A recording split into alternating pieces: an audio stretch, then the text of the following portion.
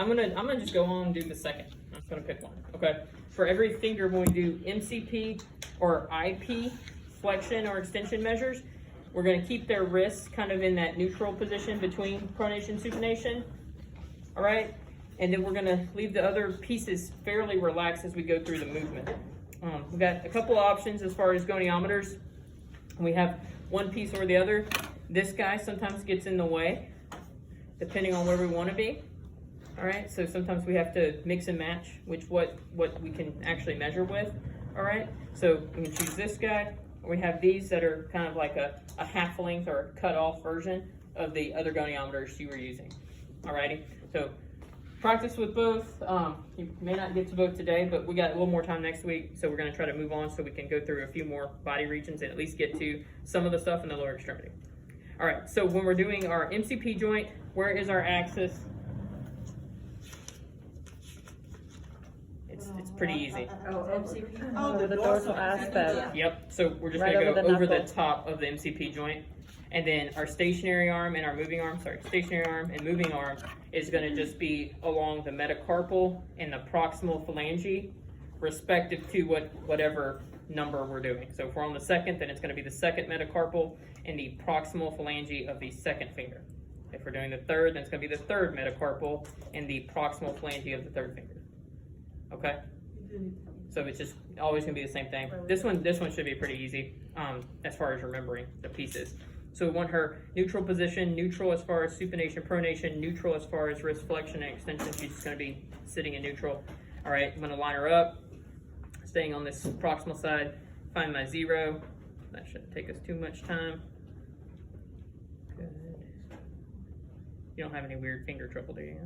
While I'm moving you around here? No, you're okay? All right, good. Good. So there's her 0. All right. And so if I want to do extension, then I need to stabilize a little bit as I pull her back into extension. Okay, so, and this is creepy. Look at that. Like, hand's got a little excessive amount of extension. Look at that. That's nuts. Yeah, wow. So that's a little excessive, but we're gonna accept that for what it is. So again, leaving her neutral everywhere else. We're not blocking all the movement at the other digits, because remember those tendons, they go out to individual pieces, but then they come back to a central tendon. So there are aspects of the other fingers that will pull or have a like fascial connection back into the central tendon. So you don't want to stop the movement of the other side. Okay, so I'm just going to kind of try to hold so that the metacarpal stays in place and then take her through the movement. All right, so that is like just shy of 90. Is that like 85 degrees? So the thing is our measurements aren't going to be as accurate because we're just coming over the top. So where we'd really like to be is maybe somewhere here, you know, to really line up along the joint moving, but we can't do that because we could only do that really for like the second and the fifth.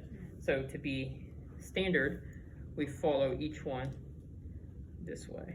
So, and as always, we say, we got to find where our starting point was. So that's our 0.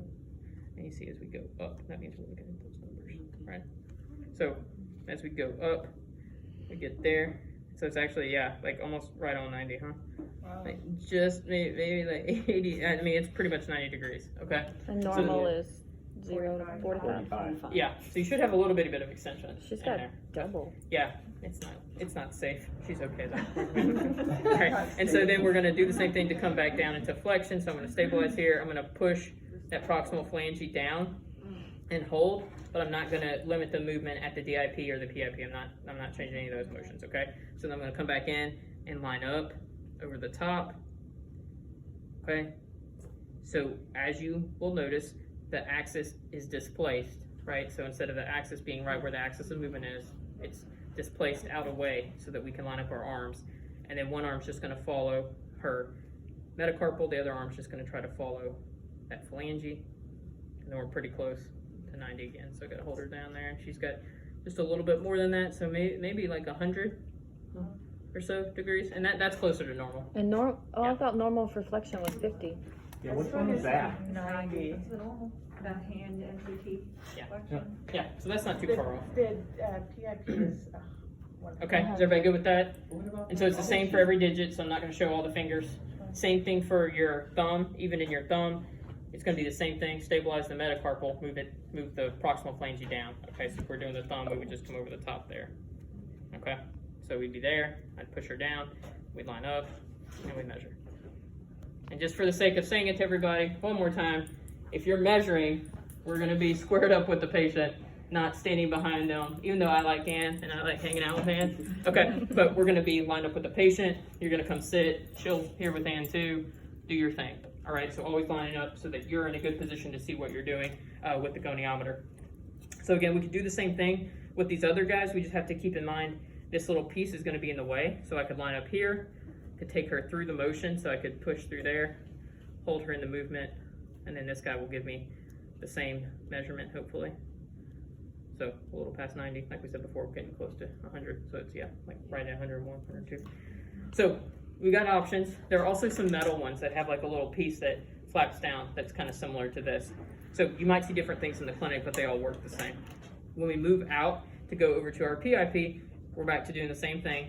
Our axis is going to be on the dorsal side at the joint, so at the actual PIP joint. Stationary arm is going to follow the proximal phalange. Our moving arm is going to follow the middle phalange, and then we're just going to take it from there. Okay.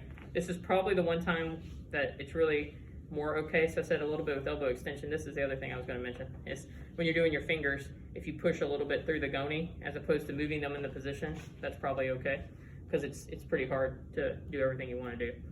All right. So how much movement you got there, Ann? 100. About 100, almost even, almost 100 even.